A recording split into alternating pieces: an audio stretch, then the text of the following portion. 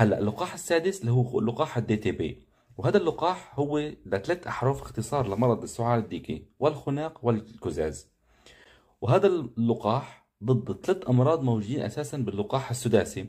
هون بهذا اللقاح الدي تي بي بيعطوه الجرعة الأولى للطفل بين ال5 و6 سنين، والجرعة الثانية بين ال9 و16 سنة. أما الجرعات الباقي بتصير بعد 18، كل 10 سنين لقاح.